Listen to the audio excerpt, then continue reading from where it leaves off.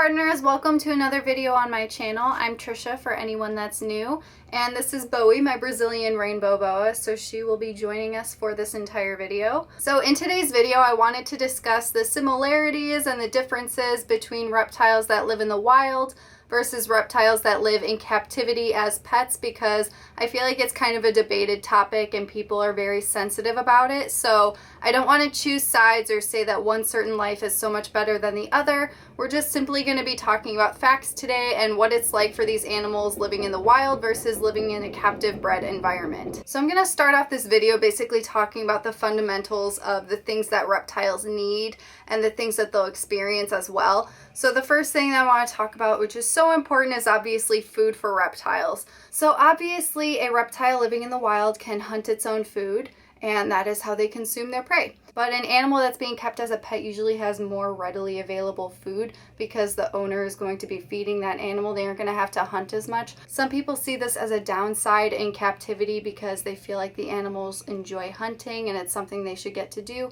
And I do agree, it can add some enrichment to their life to be able to hunt their own food. So like for crested geckos and stuff, I like to let them hunt their crickets and stuff for enrichment.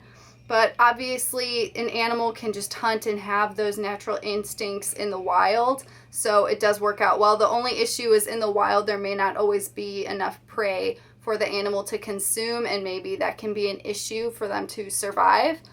So yeah, those are the difference between the wild and living in a captive environment. So food is more readily available in a captive environment than it is in the wild, depending on the situation. So the next thing that I want to talk about is predators. So obviously an animal that is living in the wild is going to have to deal with a lot more predators than an animal that's living in a captive environment, because if you're keeping an animal as a pet, it's usually just going to be indoors in an enclosure away from any other potential predators. But an animal in the wild is exposed and can be eaten by many other animals. So that's just something that they'll have to deal with in the wild and not something that they'll have to deal with in captivity as much. Something else that's very important for reptiles instinctually is to be able to mate and find a mate. So obviously this is something that is way more easy for them to do in the wild. There are other females and males available for the animal to try and mate with.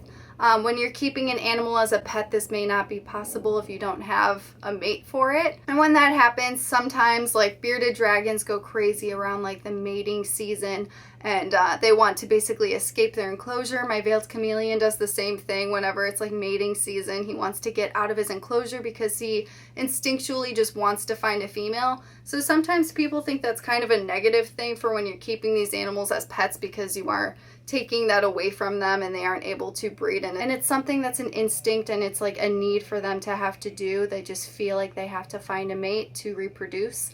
So some people think that that's kind of a negative thing for keeping them as pets. But some people do breed them as pets as well, so go either way. It's not really a black and white situation. Something else that comes up a lot of the time when you're dealing with captive bred animals, a lot of people put their anthropomorphic views on their animals. That's something that I've talked about a lot on this channel recently. And so a lot of people feel like keeping reptiles is kind of an unethical thing because they're taking away the animal's rights or their freedom. In order for an animal to feel like they're missing out on like freedom or something, it would require a self-awareness that they haven't been proven to have. So it's just something that is touchy because people feel a certain way about it, but I feel like a lot of the time when it comes to that type of a situation, the animals primarily just care about survival and finding food, staying away from predators, finding mates and things. They aren't really just sitting there contemplating their life and wanting more and having goals or aspirations. So that's just something that I think. Some people disagree, but obviously an animal in the wild is just free roaming, but I mean, they are dealing with a lot of predators and other issues that will happen in the wild. And speaking of those issues, that's something that they will have to deal with in the wild is habitat destruction. That happens all the time. People are always knocking down rainforests and things to either plant trees or make houses, whatever the case may be. There's also a lot of climate change, which is just brutalizing a lot of reptiles' homes, and so they just don't have a habitat anymore and it's killing them. It's also reducing their numbers of food sources. So it's just something that animals in the wild have to deal with, and it's really stressful. It's why so many animals are going extinct.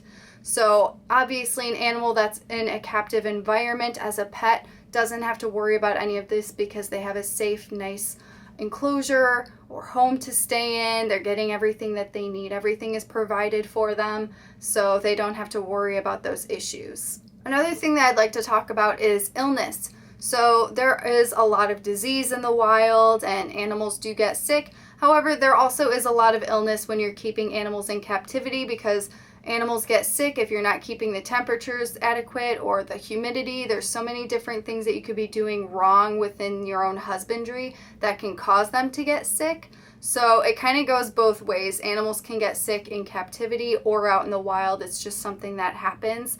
But if you are keeping them as a pet and they do get sick, you can take them to a vet and help them to get better. If they're in the wild, they're just kind of on their own. And the strongest survive and the weakest just don't. So, I mean, that's just how it goes in the wild. Another thing I'd like to talk about between captive bred and wild is enrichment. So obviously an animal that's living in the wild has the ultimate enrichment because they just have everything provided for them. These animals were evolved to live in a certain type of environment, and they live in that environment. They're by all the plants, the food sources, different touches and feels.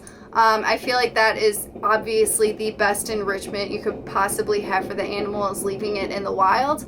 Animals in captivity, you can provide a lot of enrichment, but I mean, it just does not equate to living in the wild. But you can try your best to do live planted bioactive enclosures and things like that.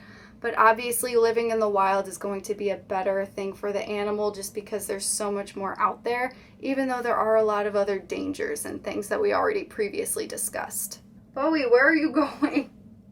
I'm like handcuffed. She always does this to me. And the last thing that I want to talk about between the differences of a captive life and a wild life is stress. So stress is going to happen in both situations, especially when you're dealing with predators in the wild. That's a very stressful situation for any type of animal.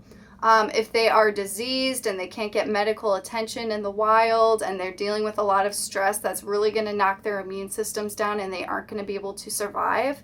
So that's something that is very critical for them. And that can also happen in captivity as well. They don't have as many stressors in captivity, but again, it depends on the keeper and the husbandry and everything, the environment that they're being kept in. But if you're doing everything accordingly and you treat your animals with respect and you are keeping an eye out for their stress levels, you aren't going to be stressing them out intentionally for your own needs or anything like that, then they're going to have a much less stressful life, especially because they already have everything that they could possibly need with food, shelter, environment, humidity, temperatures. So when you're giving an animal all of that, they aren't going to be as stressed out. But if you're handling them inappropriately or taking them out when they aren't comfortable, things like that, then you will be adding stress to their life. So there is stress involved in both situations, but if you're keeping a pet, you can monitor that stress way more rather than an animal that's in the wild and it's just kind of on its own and it's dealing with stressful situations. So with all of that said, animals typically do live longer in captivity than they do in the wild, and that is because they aren't dealing with those predators, the deforestation, the habitat destruction, lack of food source, predators. So because they aren't dealing with all of that, they're able to thrive more because we give them everything that they could possibly need in captivity, as long as we're doing it correctly, because there are always going to be people that aren't doing it correctly and then the animal suffers in captivity, which is something that I really want to see happen less in the hobby. But for those that are doing it right, we are providing amazing lives for these animals. And because there are so many animals going extinct because of the global warming, the habitat destruction, just everything going on in the wild, it is great to keep these animals as pets, because if they do go extinct in the wild, we can breed them captive bred and these animals will survive and their bloodlines will continue. So it is something that's important. It isn't just a negative, selfish hobby, I think, in my opinion, to keep reptiles as pets. A lot of people think that it's just really sad because of that lack of freedom. But again, if you understand reptiles and how they think and their actual needs, that's not really something that goes into it whatsoever, and that's just a form of anthropomorphism. So obviously animals survive just fine in the wild, and they can in captivity as well. They can lead successful lives and thrive in both ways. So I just wanted to discuss some of the similarities and differences and just how these animals survive. And let me know what you guys think. Do you think it's okay to be keeping reptiles as captive animals? Do you think they live a better life in the wild or as a captive bred animal? I want to know what you guys have to think about all of this. So please go ahead and leave it in a comment. And thank you guys so much for watching. And I will see you guys in the next video.